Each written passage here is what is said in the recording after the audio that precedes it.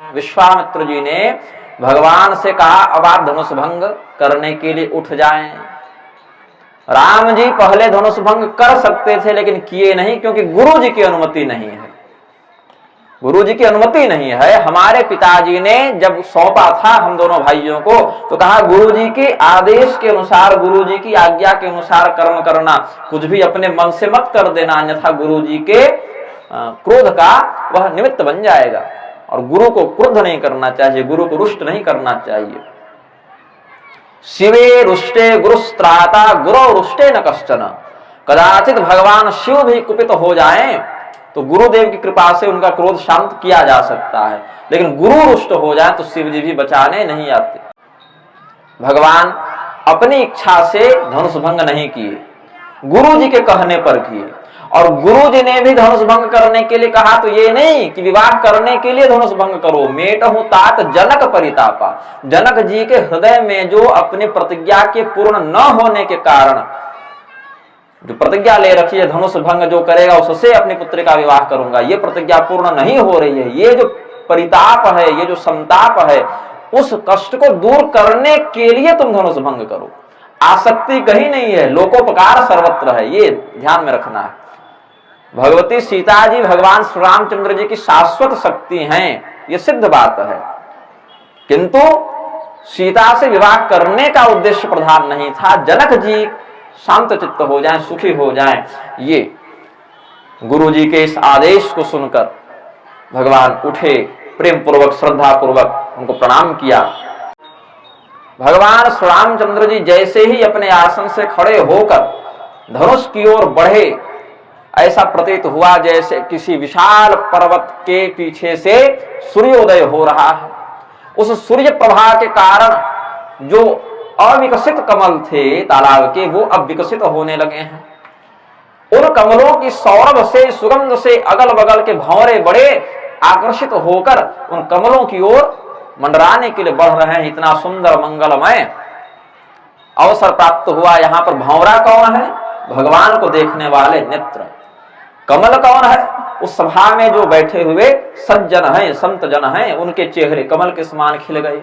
वह पर्वत कौन है? जो विशाल मंच पर, ऊंचे मंच पर भगवान हैं। और सूर्य कौन है? स्वयं भगवान श्री रामचंद्र जी। ऐसे नाम में चंद्र लगा है, लेकिन आज रामचंद्र नहीं, राम भास्कर का दर्शन हो रहा है। भगवान उस धनुष को प्रणाम करते हैं, अपने हाथ में लिया और प्रत्यंचा चढ़ाने के लिए उद्यत हुए, किंतु भगवान के स्पर्श और उस उपक्रम के मध्य ही वह धनुष बीच से टूट गया। और टूटा तो ऐसे टूटा कि भगवान को उस धनुष के पास जाते हुए तो सबने देखा, स्पर्श करने का प्रयास कर रहे भगवान प्रणाम के निमित्त, इतना तक देखा। लेकिन कब भगवान ने उसको उठाया, कब उस पर प्रत्यंचा लगाने का प्रयास किया और उसके मध्य कब वह धनुष विखंडित हो गया, इसको कोई नहीं देख पाया। केवल ध्वनि सबको पता चली कि कुछ हुआ है, कुछ विस्फोट हुआ है। भगवान को जाते हुए देखा, धनुष को प्रणाम करते हुए देखा। उसके बाद इतनी शीघ्रता से वह घटना घटित हुई। लेत चढ़ावत खैंचत गाढ़े, काहू न लखा देख सब ठाढ़े। तेहि क्षण मध्य राम धनु तोड़ा। भगवान श्री रामचंद्र जी ने क्षण मध्य में, क्षणार्ध में ही उस धनुष को पकड़ा, उठाया, प्रत्यंचा चढ़ाई, तोड़ भी दिया। यह इतनी शीघ्रता से घटना घटित हुई कि लौकिक दृष्टि से इसका दर्शन करना संभव नहीं हुआ। धनुष के विखंडित होने के बाद जो प्रतिध्वनि उत्पन्न हुई वही सबों को ज्ञात हुई। उस ध्वनि का इतना प्रभाव था कि भगवान सूर्य के रथ में जो सप्तरश्मिमय घोड़े लगे हुए हैं, वे घोड़े भी अपना मार्ग भूलकर भटकने लगे उस ध्वनि से व्यथित होकर। जितने उपस्थित सभासद गण थे उन्होंने अपने अपने कान बंद कर लिए कि ये क्या नाद था। जितनी दिशाएं थी उनमें वह ध्वनि टकराकर पूरे ब्रह्मांड के तत्वों में कंपन उत्पन्न करने लग गई। फिर थोड़े समय के बाद 2-4-5 मिनट में जब सबों का चित्त स्वस्थ हुआ, पूछा ये क्या था, ये कैसी प्रतिध्वनि थी? प्रतिध्वनि छोड़ो, धनुष को देखो, धनुष टूट गया है। प्रेम से बोलिए सीता रामचंद्र महाराज की।